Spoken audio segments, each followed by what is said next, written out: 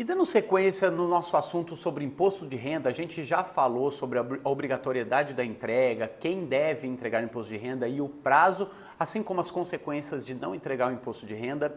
Nesse vídeo eu quero trazer para vocês os tipos de declarações que a gente pode entregar, como é feito isso e quais as deduções que você que tem imposto a pagar ou tem imposto a restituir pode levar em consideração na sua declaração.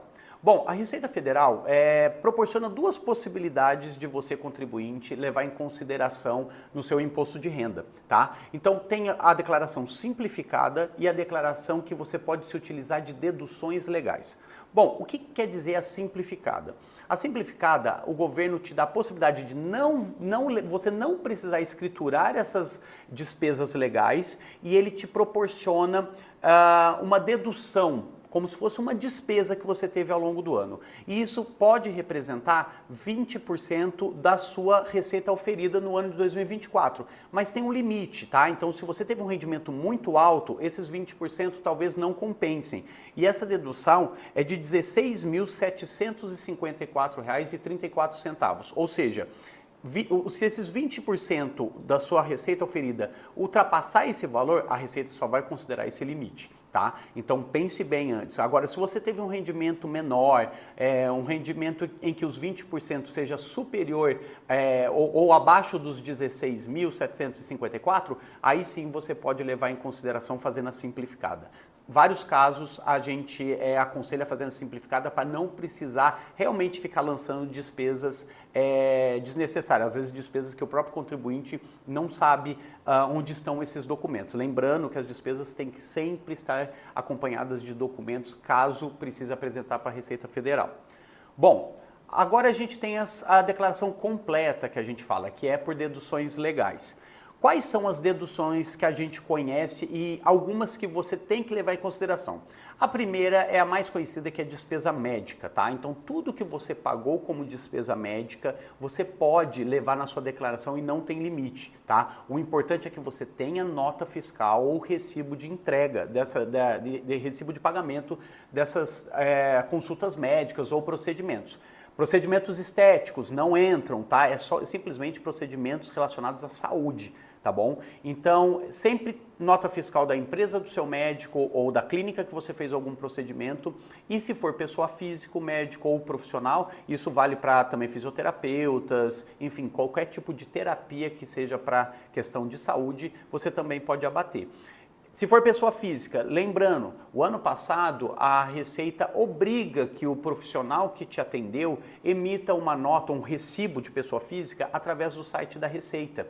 Então, a partir desse ano já vai ser contemplado esses recibos que estão automáticos, ou seja, você lança na sua receita, na sua declaração, e isso faz um cruzamento com o profissional. Então, tudo hoje está muito eletrônico e muito digitalizado. Então, portanto, não há mais o que se falar de você inventar receita ou, enfim, lançar um recibo feito à mão que o médico te deu, que não vai passar a ter mais validade. Ainda vai ter validade esse ano porque essa obrigatoriedade começou no meio de 2024. Então, por isso, ainda em 2025 a gente consegue lançar os recibos, mas sempre munidos dessa documentação assinada pelo seu médico ou profissional de saúde.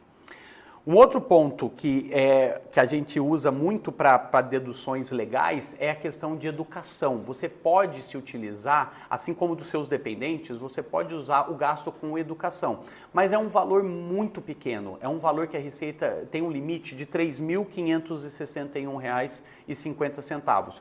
Então, assim, uma parte do gasto com o ensino você pode abater da sua declaração de imposto de renda. Esse valor vai deduzir da sua base de cálculo para assim você calcular o seu imposto de renda, tá? Um outro ponto dependentes. A gente sabe que os dependentes são muito relevantes, né? Às vezes tem 2, 3, 4 dependentes na sua declaração e ele abate R$ 2.275,08 da base de cálculo também do seu imposto de renda. Eu poderia ficar aqui discorrendo quem poderia ser os seus dependentes, mas basicamente filhos e enteados até 21 anos ou 24 anos se ainda estiverem cursando curso superior.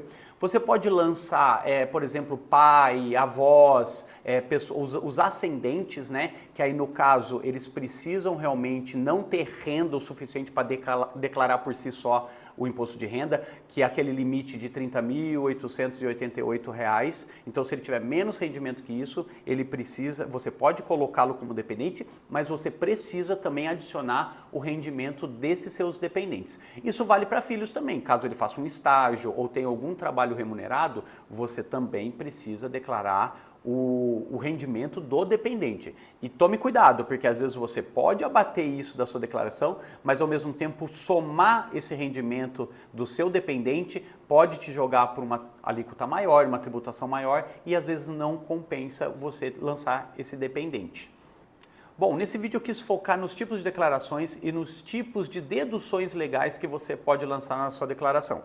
Obviamente, se você não tem conhecimento, se você não tem o controle de fazer a sua declaração, você pode pedir ajuda para um contador que ele vai saber com certeza te dizer se vale a pena ou não fazer a declaração na simplificada ou na completa, usando essas deduções legais, porque tudo isso precisa fazer contas para ver se vale a pena.